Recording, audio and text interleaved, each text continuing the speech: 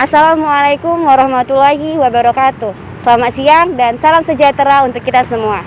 Baiklah pemirsa, pada siang hari ini saya berada di lokasi Istana Maimun, yang mungkin sebagian orang sudah mengetahui, terkhusus warga Medan, bahwa Istana Maimun ini merupakan salah satu tempat wisata dan juga merupakan salah satu ikon kota Medan dan juga merupakan bangunan peninggalan sejarah. Istana Maimun ini biasa juga dikenal dengan Istana Putri Hijau, yang mana istana ini berada pada zaman Kerajaan Delhi. Kalau kita lihat arsitektur dari warna untuk Istana Maimun ini, dominannya itu warna kuning yang menandai Kerajaan Melayu. Yang mungkin sama-sama kita ketahui bahwa Melayu itu memang identik dengan yang berwarna kuning. Mungkin bisa pemirsa lihat sendiri di sekitarnya bahwasanya mungkin walaupun udah agak memudar, tapi bangunan ini memang identik dengan warna kuning. Untuk lebih lanjutnya, agar sama-sama kita ketahui tentang sejarah Istana Maimun ini, langsung saja ikuti saya.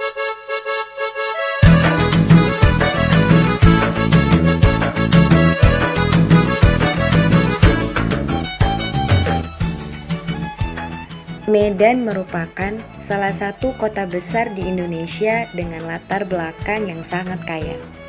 Menelisik sejarah kota ini tidak cukup dengan membaca buku sejarah saja. Jika kamu ingin menguak lebih dalam tentang kota yang biasa disebut dengan Melayu Delhi ini, salah satu tempat yang wajib kamu kunjungi adalah Istana Maimun. Istana Maimun ini dibangun pada tahun 1888 oleh Sultan Maimun Al-Rashid Perkasa Alamsyah, seorang keturunan Raja ke-9 dari Kesultanan Delhi. Bangunan bersejarah ini kemudian diresmikan pada 18 Mei 1891. Hal yang tidak mungkin kamu lewatkan adalah warna kuningnya yang cerah, yang merupakan warna khas Melayu dan juga warna Kerajaan Delhi di Sumatera Utara. Terang dan bersinar, istana ini seperti memberikan cahaya kepada lingkungan sekitarnya.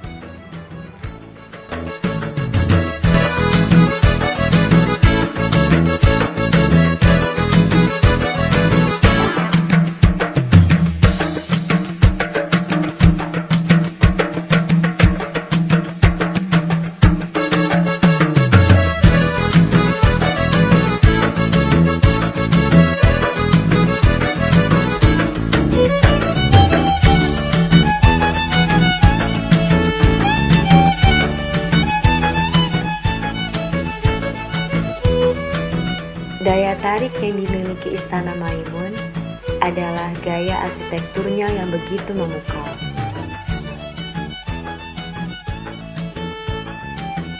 Bisa dibayangkan, di tahun 1888 ada bangunan yang semegah dan nampak semodern ini. Bagaimana tidak? Masuk ke dalamnya saja kita akan melihat pilar-pilar yang begitu tinggi.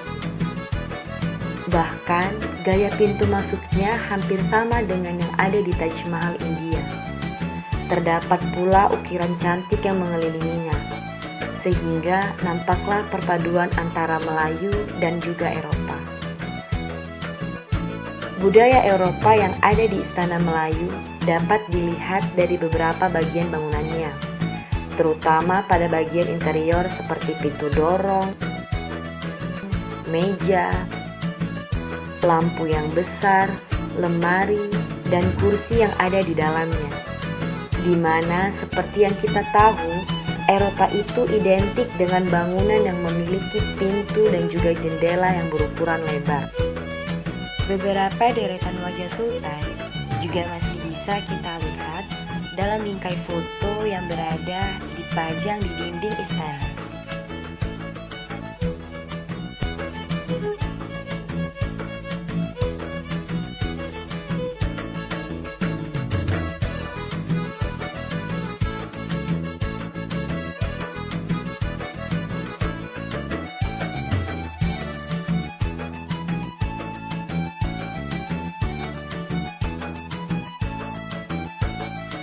Pemirsa, lukisan yang berada di depan saya ini merupakan sultan yang sekarang ini. Beliau adalah sultan yang ke-14 dan beliau adalah anak dari sultan yang ke-13, yaitu Sultan Othman Mahmud Perkasa Alam.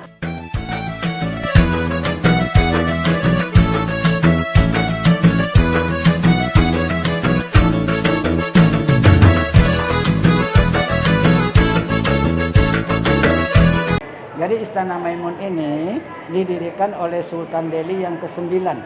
Ya, yang ini dia namanya Sultan Ma'mun Al-Rashid Perkasa Alam Shah. Itu pada tanggal 26 Agustus 1888. Saya ulang, 26 Agustus 1888. Nah, Sultan Ma'mun Al-Rashid ini juga mendirikan Masjid Raya Al-Mansun yang di depan sana itu tahun 1906, mulai dipakai 1909. Nah, kalau ini dibangun peletakan batu pertamanya 26 Agustus 1888, mulai dipakai tahun 1891. 3 tahun proses pembangunannya dengan arsiteknya. Kalau istana ini namanya Kapiten TH van Erp, orang Belanda. Ya. Nah, kemudian kalau Sultan ini ya juga mendirikan Taman Sri Delhi. Nah, kemudian juga kantor kerapatan dan banyak bangunan-bangunan lainnya. Karena pada masa dialah menjadi sultan itu dimulai perkebunan tembakau secara besar-besaran yang didirikan namanya join dengan Belanda, namanya Delhi Maskapai. Delhi Maskapai. Jadi sebagai mengingatkan kepada keluarganya bahwasanya dia bisa mendirikan istana ini dan lain sebagainya karena tembakau, maka ditaruhlah itu bunga tembakau. Bunga tembakau, ya. Nah, kemudian di dalam istana ini kita lihat ada beberapa yang asli, ya, seperti misalnya cermin ini.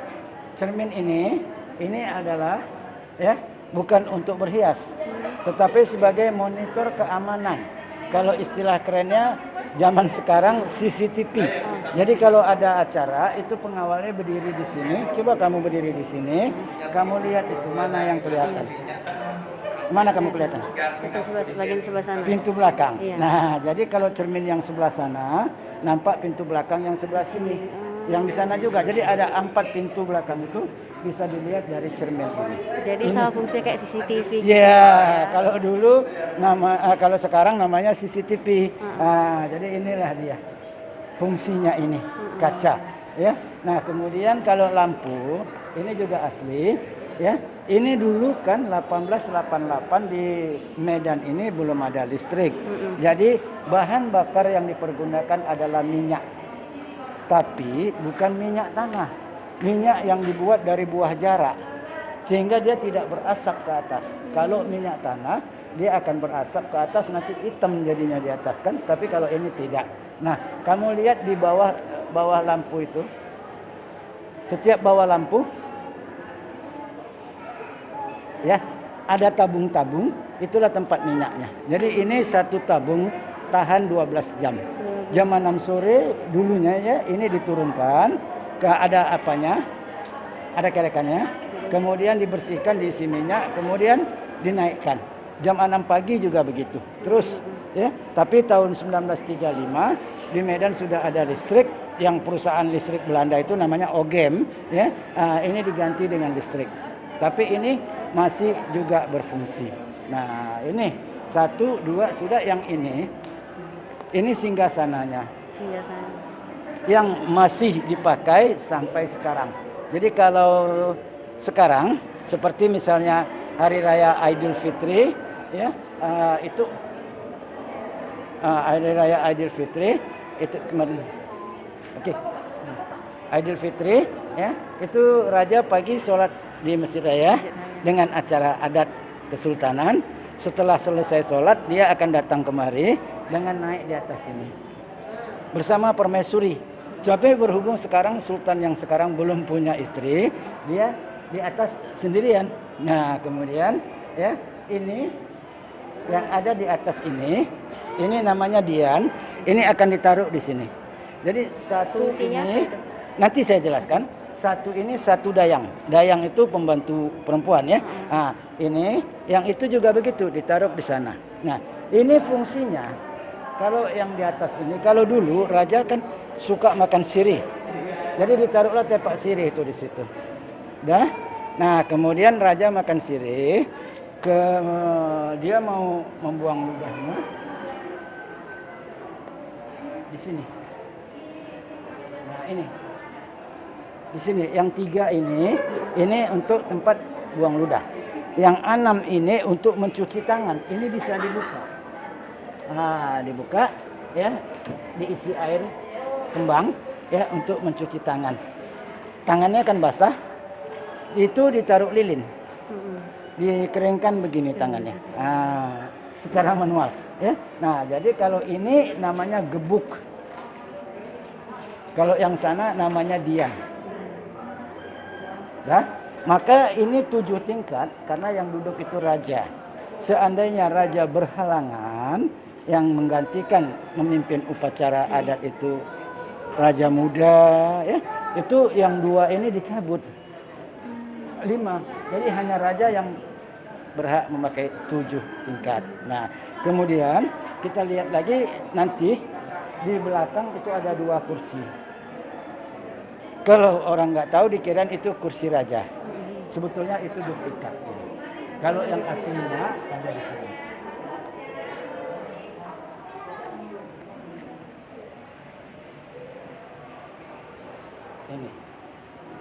Ini yang sudah berumur 133 tahun. Cuma covernya aja yang udah kita ganti. Tapi kalau kursinya enggak. Masih asli. Pak, Iya. ya? Jadi kayu yang dipakai ini kayu ulin. Nah, cuma ini kan dulu tempatnya di belakang. Dibuka untuk umum, banyak pengunjung yang kepengen duduk di kursi raja. Mengingat umurnya sudah cukup tua dan harus dilestarikan. Yang kedua juga ini kan tempat duduk raja. Masa sembarang orang boleh duduk, maka ditaruh di sini supaya jangan kecewa. Pengunjung dibuatlah duplikatnya itu. Makanya nanti kamu lihat banyak pengunjung yang duduk foto apa. Enggak, kadang-kadang tanda tanya orang, loh kok boleh duduk kursi raja? Itu duplikat. Jadi supaya masyarakat yang mengunjungi istana ini juga tidak merasa kecewa. Jadi kalau mereka nggak tahu dikirain, wah aku duduk di kursi raja. Padahal itu duplikat aslinya ini. Jadi kalau ada acara-acara di sini, baru yang itu dikesampingkan, yang ini ditaruh di belakang. Nah, selesai acara dikembalikan lagi kemari. Nah, itu ya. Nah, jadi ini juga begitu, ini juga asli. Nah, mari kita lanjut lagi.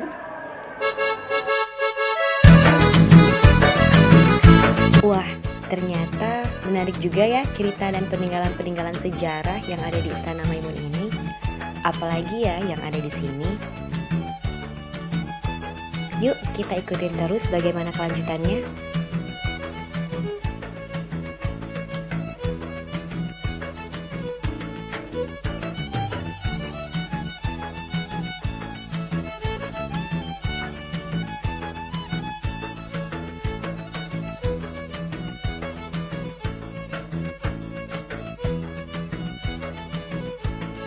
Ini ruangan untuk rapat intern kesultanan, ya. Jadi kalau ada rapat itu raja dengan permaisuri duduk di sini. Cuma karena berhubung raja sekarang ini belum memiliki permaisuri, dia akan didampingi oleh ibunya. Nah, kemudian pembesarnya akan di sini. Ini meja ditaruh ke sini. Ada 2 meja di belakang, ada 1 lagi ditaruh di sini, duduk mereka. Dan juga jamuan makan. Kalau ada tamu-tamu kerajaan juga dibikin di sini. Nah, jadi ini istana ya. Di kanan di kiri sekarang dipakai tempat tinggal, juga di bawah ditinggali oleh keluarga dari anak cucu dari Sultan Ma'mun Al-Rashid. Nah, jadi kalau sultannya yang sekarang tempat tinggalnya ini terus sampai ke depan. Nah, ini kan yang terbuka jendela ini terus sampai ke depan sana. Kalau yang di sebelah sini ini kantor merangkap tempat menyimpan barang-barang pusaka yang di sini ini. Nah, jadi kalau dulu ada acara jamuan makan, makanannya keluar dari ruangan ini. Ini pintu ini keluar dari sini. Sementara yang ini tempat pelayannya ganti baju, apa segala macam tempat istirahat. Nah, ini di sini. Karena ini panjang dia sampai ke depan sana. Tapi kalau istana ini ya dibuka untuk umum dari jam 8 pagi sampai jam 6 sore. 8 sampai 6 sore. Iya, dari jam 8 sampai jam 6 sore kecuali kalau ada keluarga yang meninggal atau ada keluarga yang melaksanakan pesta perkawinan, maka ditutup untuk umum, dibuka untuk yang mau melayat aja. Nah, jadi kalau ini sultannya tadi kembali, ini yang ke-9, kemudian ini yang ke-10, Sultan Amaluddin Sani. Ya, ini meninggal tahun 1945, maka kerajaan ini pun gabung dengan NKRI. Ya, inilah sultan yang ke-11. Itu. Sudah? Nah, kemudian ini meninggal 67 digantikan sama ini. Ini sultan yang ke-12, 1967 sampai 98. Nah, dia ini memiliki 3 orang anak. Anak yang pertama perempuan, tapi maaf karena ini kerajaan Islam, nggak boleh dipimpin oleh perempuan, maka ya laki-laki. Anaknya yang kedua laki-laki, begitu tamat SMA masuk akabri. Begitu bapaknya meninggal tahun 98, diangkat juga jadi sultan. Jadi sultan yang TNI, ya inilah dia. Ini dia. Nah, ini sultan yang TNI, ya. Jadi tahun 2005 pangkatnya itu Letkol, BKO di Aceh Barat. Kemudian ada rapat dengan Panglima di Loksmawe, naik pesawat. Waktu landing di Loksmawe, pesawatnya jatuh, patah, meninggal dia. Anaknya yang paling tua waktu itu berumur 7 tahun diangkat menjadi sultan pengganti. Jadi ini sultan ke-12, 13, ini yang ke-14. Inilah sultan yang sekarang. Namanya Sultan Mahmud Arya Lamanjiji. Cuma istri dari Sultan Othman ini, Tito Othman ini orang Makassar. Makanya dia bapaknya Melayu, mamanya Makassar. Nah, jadi kadang dia di sini, kadang dia di Makassar. Tapi karena dia masih kuliah, sekarang dia di Semarang. Dia kuliahnya di Undip, tapi udah selesai ya di Ponorogo ya. Nah, jadi inilah sultan yang sekarang. Jadi kalau ada acara-acara adat, ada apapun, dialah pemimpinnya di sini. Nah, jadi inilah sekilas pintas sejarah tentang Istana Maimun ini dengan Kesultanan Delhi. Ada satu benda bersejarah yang juga menjadi daya tarik tersendiri di Istana Maimun ini, yaitu meriam puntung. Meriam puntung diletakkan di dalam bangunan khusus yang terletak di samping istana. Untuk lebih lanjutnya, kita akan menuju ke lokasi meriam puntung, yang tidak jauh jaraknya dari Istana Maimun ini. Yuk, langsung saja mari kita ke lokasi.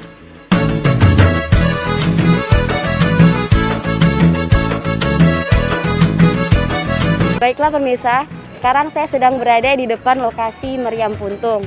Nah, untuk pemirsa yang ingin tahu cerita sejarah tentang meriam puntung ini, langsung saja ikuti saya.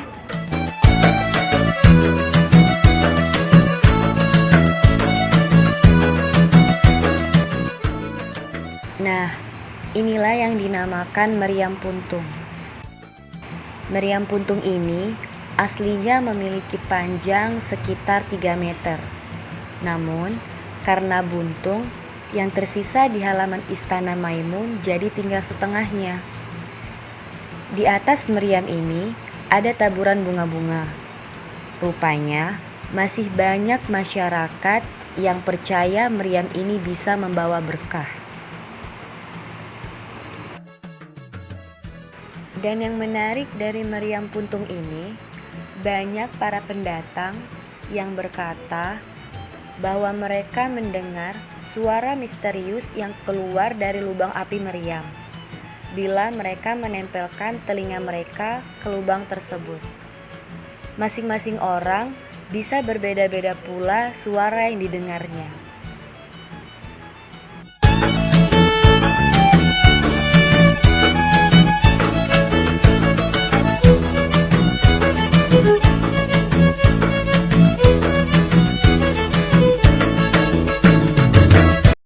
mahasiswa sejarah peradaban Islam UIN Sumedan. Boleh saya tahu nama Ibu siapa? Ibu Sarida Nasution. Ibu Sarida Nasution. Oke. Ibu bisa sedikit menceritakan tentang apa sih sejarah dari meriam puntung ini? Mengapa ada dikatakan meriam puntung gitu? Jadi cerita meriam puntung ini itu kan meriam ini tentu adik tahu sebuah meriam ya. Puntung itu artinya patah. Nah, jadi dia sebuah meriam yang sudah patah. Nah, jadi dia ada ceritanya di Kota Medan ini. Ceritanya dulu sebelum ada Kesultanan Delhi. Ada satu kerajaan namanya Kerajaan Haru di Delhi Tua. Itu terjadinya sekitar abad antara 15-16an. Jadi Haru tadi mempunyai putra dan putri 3 orang. Yang pertama Mambang Yazid, 2 putri hijau, yang 3 Mambang Kayali. Jadi 2 pria, tengah wanita. Yang wanita ini putri hijau. Jadi beliau ini yang mau dipersunting Sultan Aceh, mungkin karena berbagai hal, si putri tadi menolak ya. Nah, akhirnya diserang Aceh kerajaan putri.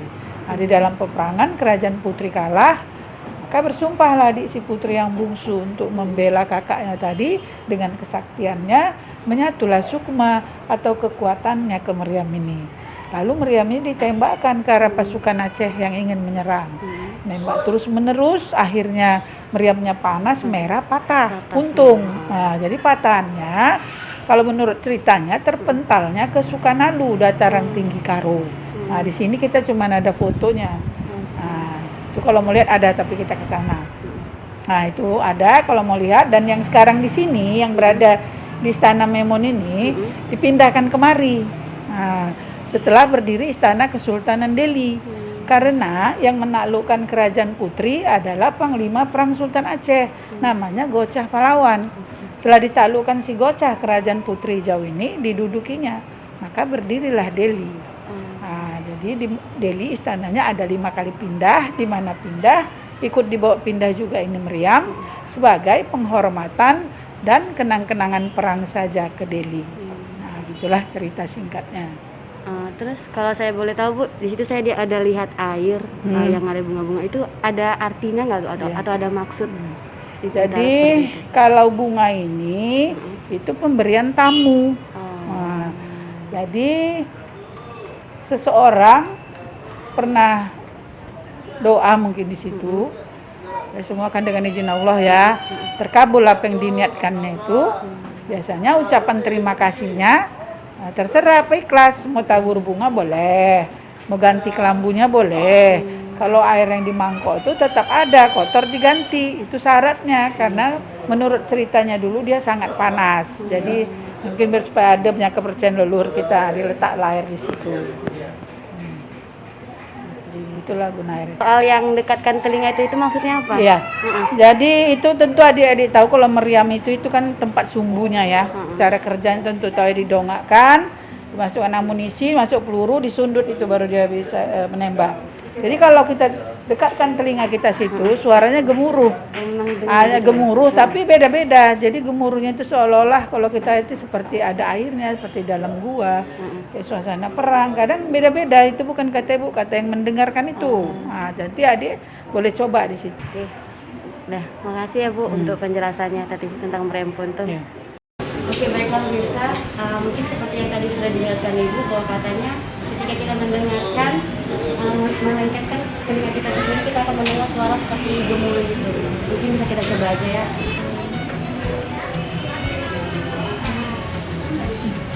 Nah, jadi saya mendengar suara seperti gemuruh, memang gemuruh sih, memang gemuruh. Dan suara juga dengan jelas terdengar.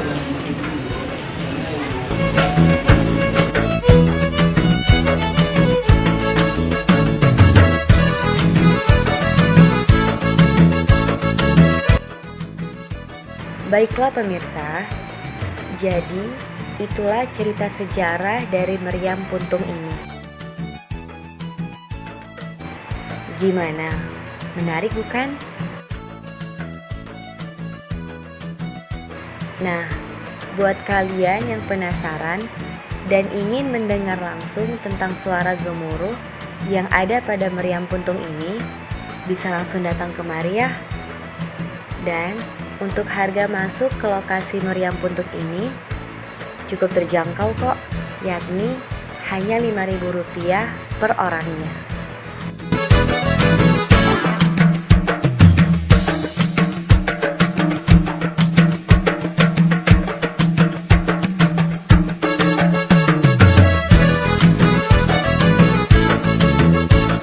Baiklah, itulah sejarah singkat tentang Istana Maimun dan beberapa peninggalan-peninggalannya.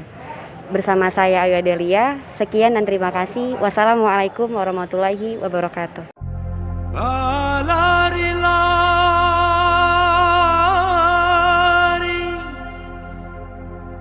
bukan Yokijang,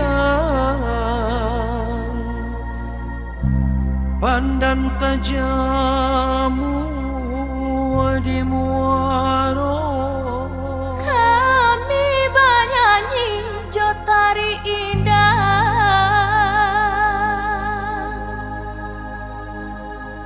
bau be hati